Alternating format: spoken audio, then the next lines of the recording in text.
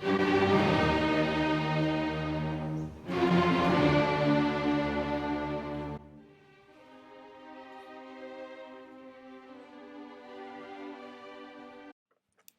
we are of Behave, presenting our findings from our experiential learning assignment B. During the group activity, we played knockout and 3-on-3 basketball. In knockout, we were a work group because it was a competition amongst individuals where we had no need to engage in collaborative work or joint effort.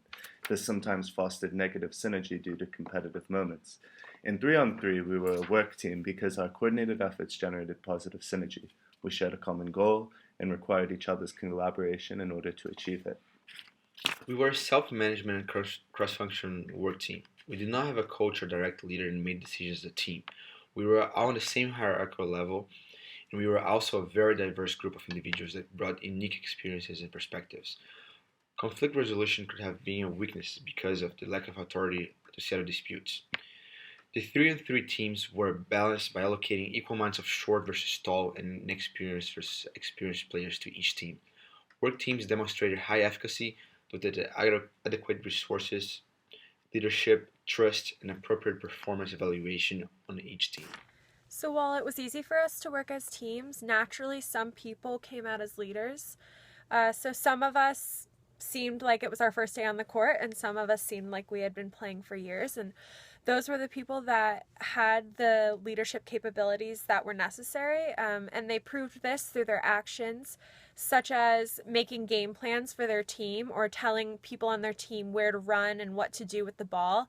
But it took charismatic people to become leaders, because if the other people on their team didn't like them, then they probably wouldn't listen to what they were saying. But this also proves, although a lot of people associate leadership with management skills, that's not all it is. And you can be a leader in a lot of other ways, other than just in an office as a manager. During our 3-on-3 basketball game, we engaged as two formal groups with a common objective and with a desire to achieve a goal. Score 10 points before the other.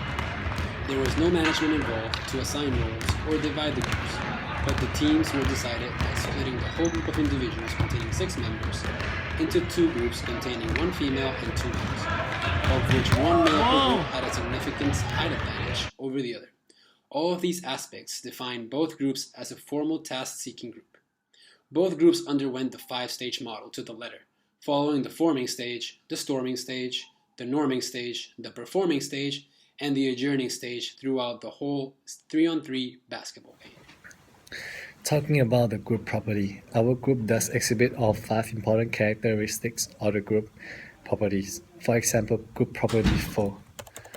Our size of the group is very small. It's easy for everyone to discuss and express their idea with everyone paying attention. Everyone's voice reaches to every member. With a small number of people within a group, it is also very easy to get everyone to get the job done with ease. Small number makes the management becomes easier. As for group decision making, since everyone has a right to express their ideas, it takes a while for us to finalize all the games on the day. It takes a lot of careful thinking since we want all the decision we made appropriate for the project.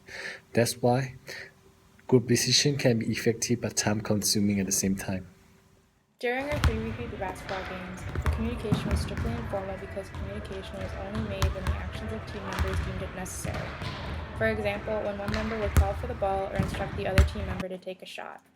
Because we were communicating as equal basketball players within each team, the communication can also be described as lateral. It is also oral communication because all communication that was made was by word of mouth. One barrier that could have been created was a selective perception barrier, because how a receiver interpreted basketball instructions and communication was based upon their own previous basketball experience. In conclusion, our analysis was of 2 teams composed of 3 players each playing basketball, and focused on the essence of work teams, leadership that emerged as we played, the foundations that created each group behavior, and the communication that was made during our 3v3 basketball game.